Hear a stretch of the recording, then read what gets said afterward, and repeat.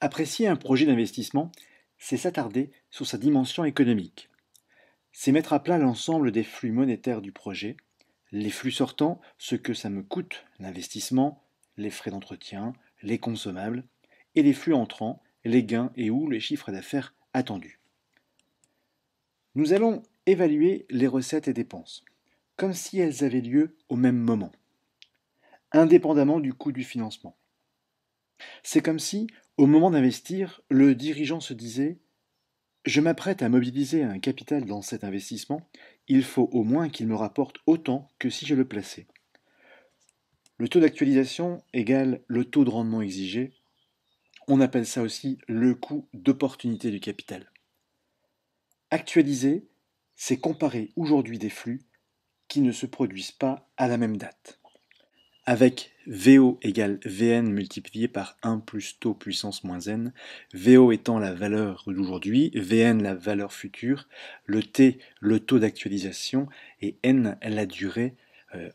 Par cette formule, on cherche bien à calculer à valeur d'aujourd'hui un flux futur pour pouvoir le comparer avec le montant de l'investissement. Une usine fabrique du pain pour la grande distribution. Elle assure toute la chaîne de fabrication, elle pétrit, cuit et emballe plus de 90 000 baguettes par mois. Elle vient de signer un nouveau contrat qui l'amènerait à multiplier par 5 ses capacités d'écoulement, 5 fois ses volumes.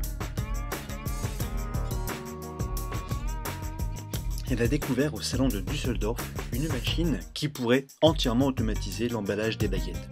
Cette machine représente un investissement de 100 000 euros. Elle pourrait être utilisée pendant 5 ans. Elle multiplierait par 5 les performances techniques. Entièrement automatisée, elle pourrait se passer de l'ouvrier qui jusqu'ici était chargé de l'emballage manuel des baguettes.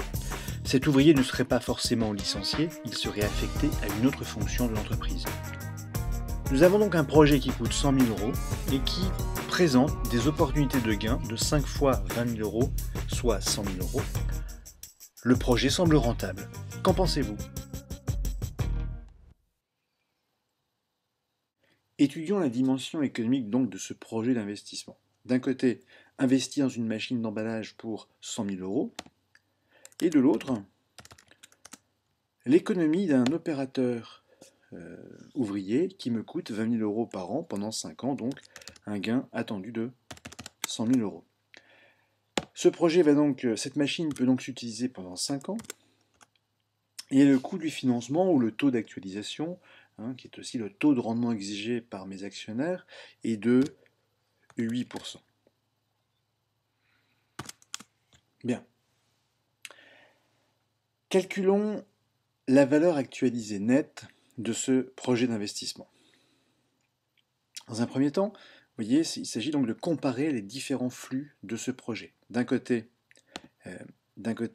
un flux sortant, j'investis 100 000 euros sur un projet, et de l'autre, étalé sur les 5 années d'utilisation de cette machine, les gains de 20 000 euros attendus tous les ans par l'économie de l'ouvrier qui sera remplacé par cette machine.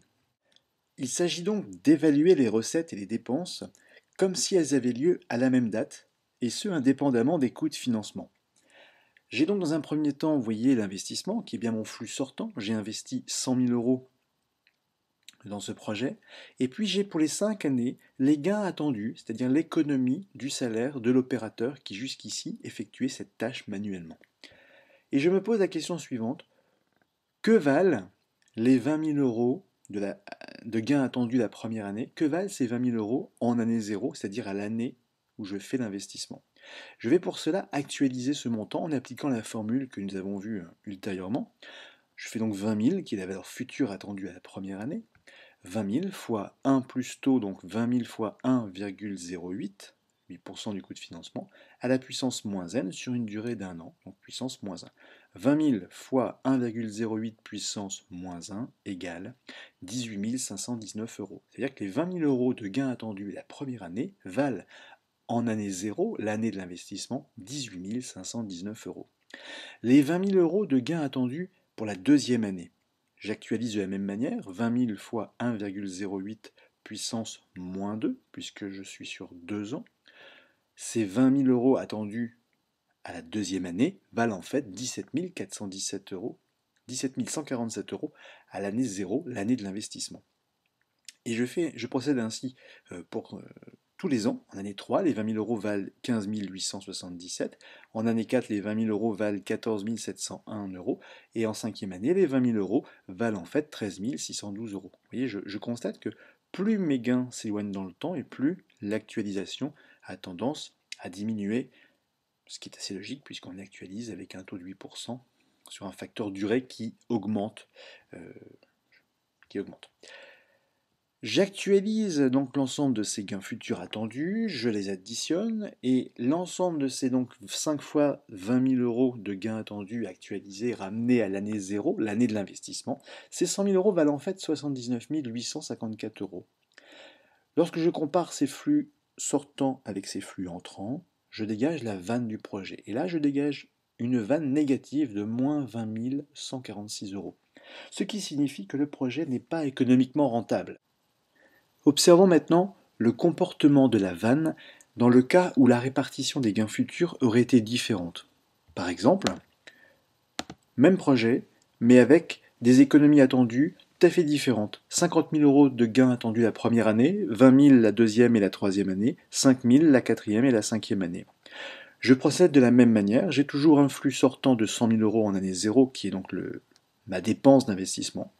Mon flux de gains attendus de 50 000 euros la première année, je l'actualise pour l'évaluer, connaître sa valeur à l'année d'investissement, donc en année 0, donc 50 000 fois 1,08 puissance moins 1.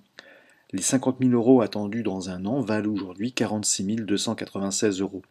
Les 20 000 euros de l'année 2 valent 17 147. Les 20 000 euros de l'année 3 valent 15 877, les 5 000 euros de l'année 4 valent 3 675 et les 5 000 euros de l'année 5 valent en année 0 3 403. J'additionne l'ensemble de mes gains attendus et actualisés, l'ensemble de ces gains qui font toujours 100 000 euros de gains sur 5 ans mais répartis différemment. Ces 100 000 euros valent en fait en année 0 86 398 euros. Comparé à mon flux d'investissement, j'obtiens ma vanne projet qui est meilleur que dans la première hypothèse, mais qui sort toujours un montant négatif de moins 13 602. La vanne est meilleure, mais elle en reste négative, c'est-à-dire que le projet, économiquement, n'est toujours pas rentable. Observons maintenant une troisième et dernière hypothèse. J'ai toujours 100 000 euros de gains attendus sur ce projet, mais avec une répartition tout à fait différente. L'année 0, je fais mon investissement. En année 1, je n'attends aucun gain. En année 2, je gagne 20 000 euros. En année 3, 20 000 euros. En année 4, 30 000 euros. En année 5, 30 000 euros. Donc c'est donc une hypothèse où l'ensemble de mes gains s'accumule sur les 4 et 5e années d'utilisation de l'investissement. J'actualise l'ensemble de mes flux. Donc en année 1, je n'ai rien. En année 2, les 20 000 euros valent 17 147 en année 0. Les 20 000 euros en année 3, 15 877. Les 30 000 euros de l'année 4, 22 051. Et les 30 000 euros de l'année 5 valent en année 0, l'année de l'investissement, 20 417. Lorsque j'additionne l'ensemble de ces gains actualisés, j'obtiens 75 492. Lorsque je les compare au montant de mon investissement, je sors une vanne du projet, donc une valeur actualisée nette à moins 24 508 euros. Cette vanne, il m'indique donc que ce projet économiquement n'est toujours pas rentable et il s'est même dégradé par rapport, vous voyez, aux deux autres hypothèses.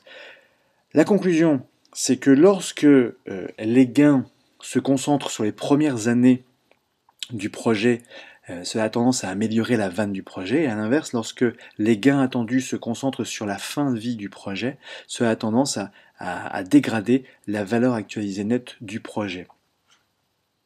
Alors, en conclusion aussi, une valeur actualisée nette négative indique bien que le projet économiquement n'est pas rentable, mais il n'interdit pas de faire tout de même l'investissement. C'est juste un moyen de pouvoir comparer, de pouvoir trier différents projets et de pouvoir retenir comme critère de tri la rentabilité d'un projet d'investissement par rapport à un autre. Maintenant, le critère de rentabilité n'est pas le seul critère de tri des investissements, nous l'avons déjà vu.